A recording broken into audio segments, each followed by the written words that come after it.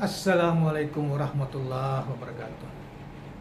Rekan-rekan sekalian, kembali kita berjumpa di Jejak Semesta 65. Semoga kita semua dalam keadaan sehat walafiat, selalu dalam lindungan Tuhan Yang Maha Kuasa.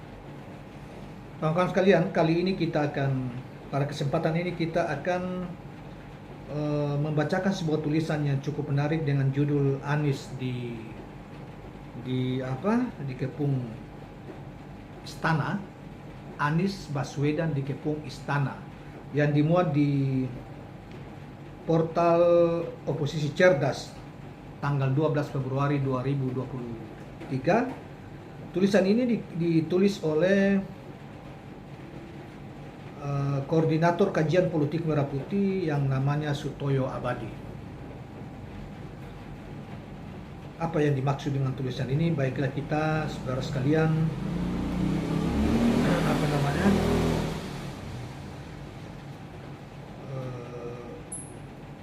bacakan tulisan ini. Elektabilitas Anies Baswedan terus naik. Bahkan hampir semua polling tanpa rekayasa Anies Baswedan ada pada angka 70-80% lebih. Otomatis membuat panik Istana karena Anies Baswedan bukan capres yang dikehendaki Istana. Saudara sekalian, seperti yang dilakukan oleh tiga kali polling yang dilakukan oleh ILC di TV One, Anies memang melampaui mengalahkan semua kandidat di polling itu dengan angka pesertanya ada yang sampai 70.000, 60-an ribu, dan kemarin yang terakhir kurang lebih 20.000 orang, kurang 40 orang aja sudah 20.000. Itu Anies 83%, Ganjar malah cuma 10% dan Prabowo cuma 7%. Nah, jadi belum lagi misalnya kita lihat juga polling yang dilakukan oleh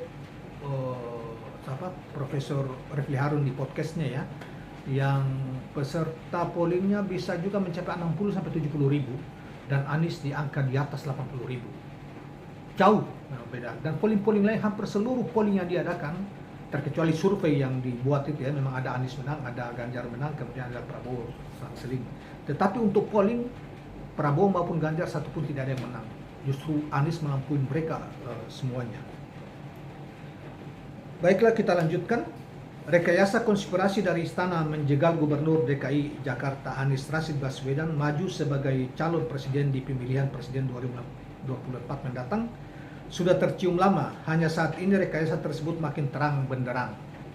Istana tidak peduli bahwa Anies berhak menikmati kebebasannya dalam upaya eksplorasi potensinya di Pilpres 2024. Hanya gurita kekuatan yang sedang mencengkram negara ini tidak menghendaki capres Anies Baswedan, maka kekuatan Istana harus bertindak menghalangi Anies Baswedan, apapun cara harus gagal sebagai capres ke depan. Anies mengerti bahwa Istana menjegal dan mengepungnya. Justru Anies tidak pedulikan, bahkan makin semangat mendukung dan memompa pendukungnya. Demikian juga pengurusnya. Partai Nasdem, Partai Keadilan, dan Partai Demokrat sudah membaca konspirasi itu. Makin lama makin jelas arah untuk menjegal Anies dari segala arah.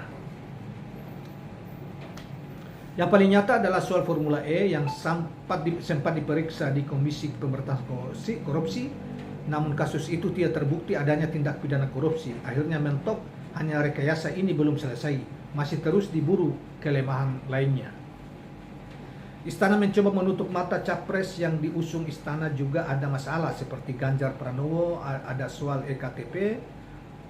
Begitupun Erick Thohir, ada masalah yang justru mereka akan ditutup rapat. Masalah mereka akan ditutup rapat. Pilpres 2024 mendatang dengan sistem seperti saat ini tetap membahayakan demokrasi, karena peran para bandit dan badut politik dan ekonomi yang lazim kita kenal pada taipan oligarki sudah menguasai semua lini, dan sistem kekuasaan sudah dalam genggamannya dengan kekuatan modal finansial yang sangat besar. Tanpa keajaiban dipastikan tidak adil proses, dan hasilnya dalam Pilpres mendatang akan terjadi keributan, manipulasi angka, dan kecurangan lainnya. Nah, Nah, ini tulisan yang bersangkutan ya, saudara sekalian.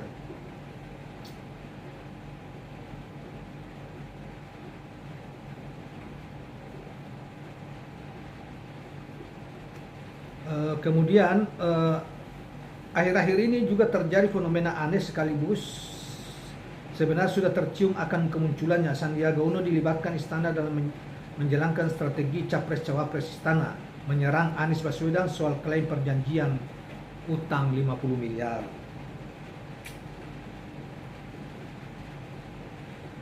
Saudara sekalian, skenario ini jelasnya sudah cukup waktu sebagai alternatif serangan ke Anies ketika beberapa opsi mengalami kebuntuan. Mereka mengira akan bisa menjadi kekuatan merongrong kredibilitas Anies Baswedan. Nampak akan gagal juga, justru imbas kekuatan menyerang balik, katanya. Setelah pihak tim Anies Baswedan menyebar dokumen resmi bahwa tidak ada hutang setelah saat itu Anies dan Sandiaga Uno terpilih menjadi gubernur DKI. Tujuannya adalah untuk mengepung Anies dengan cara memecah fokus suara Anies yang kini jadi kandidat terkuat dari kalangan oposisi.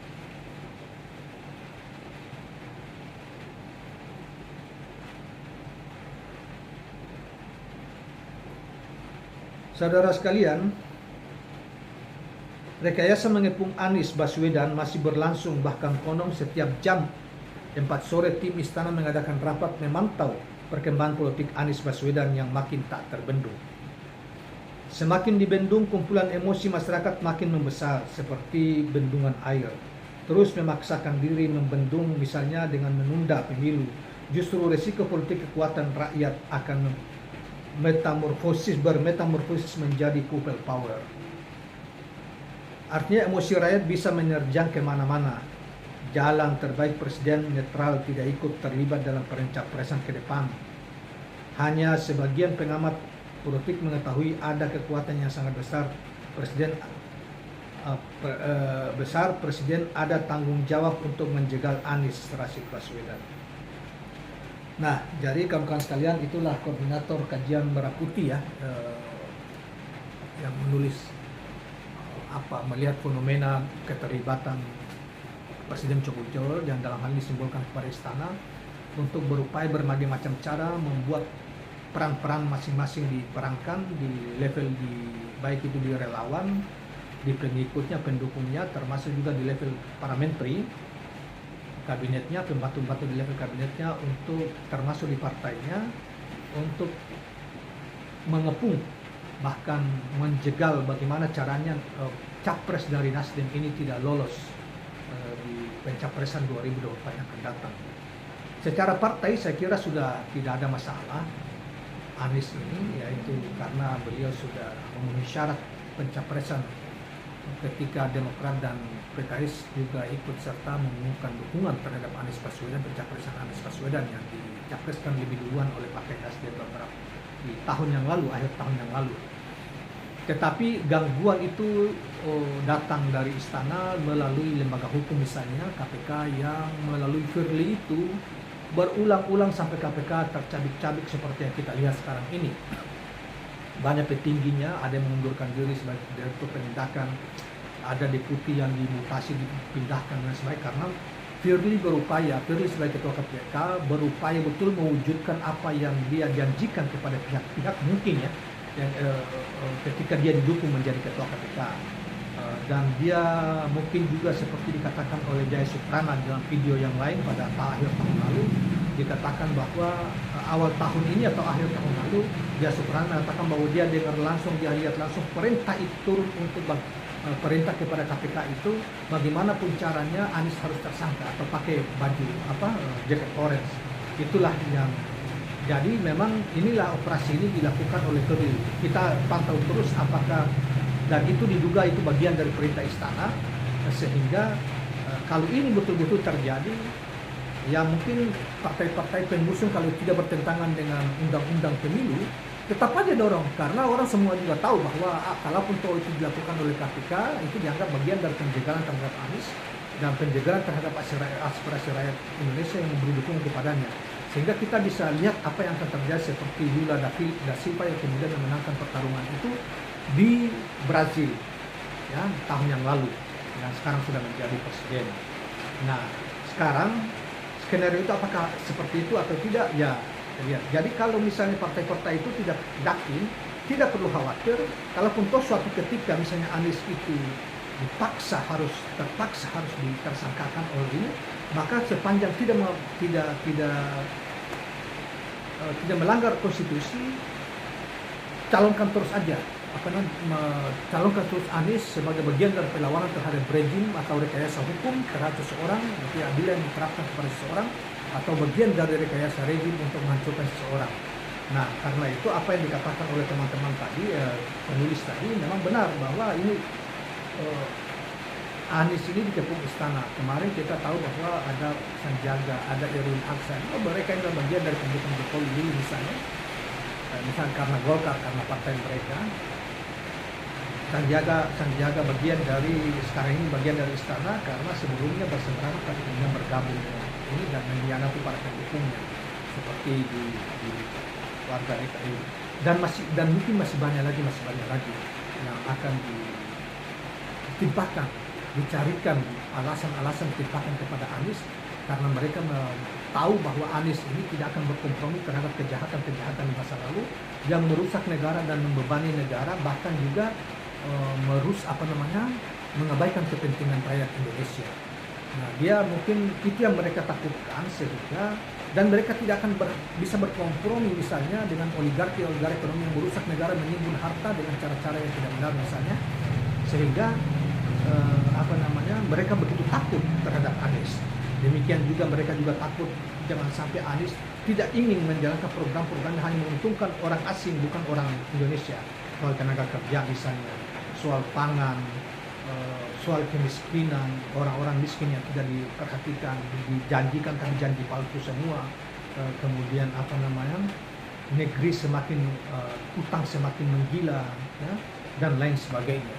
Nah, oleh karena itu para oligarki ini termasuk pihak istana ini khawatir, wah ini kalau Anies ini kita tidak bisa atur ke depan dan bisa berbahaya bagi kelanjutan keluarga, kelanjutan kejahatan yang para oligarki yang telah dibuat dan ditanam semai di Indonesia.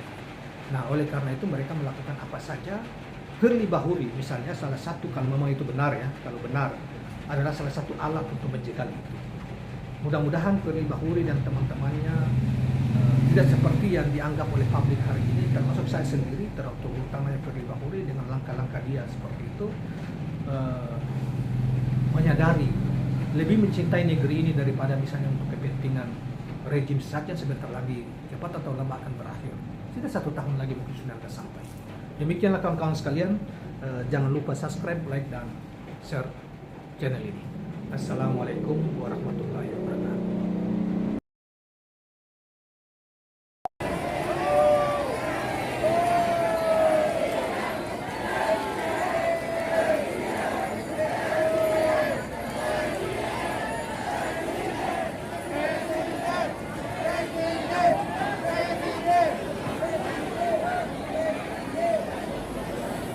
Assalamualaikum warahmatullahi wabarakatuh. Inilah calon presiden kita, insya Allah. Amin amin ya mujibas salim.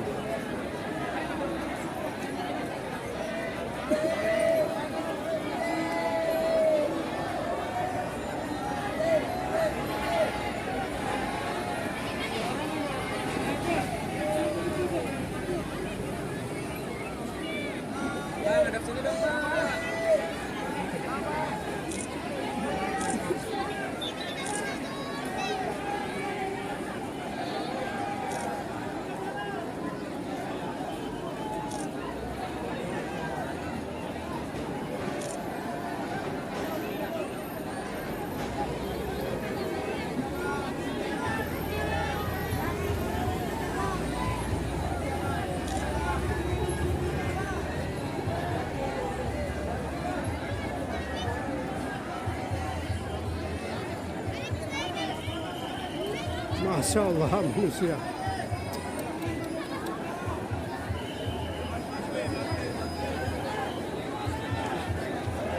Masya Allah manusia.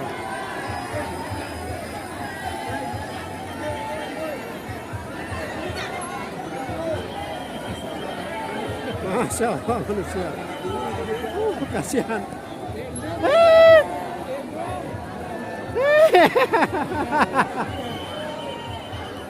Masya Allah. Melambai tangannya pada kita semua. Pemimpin berakyat.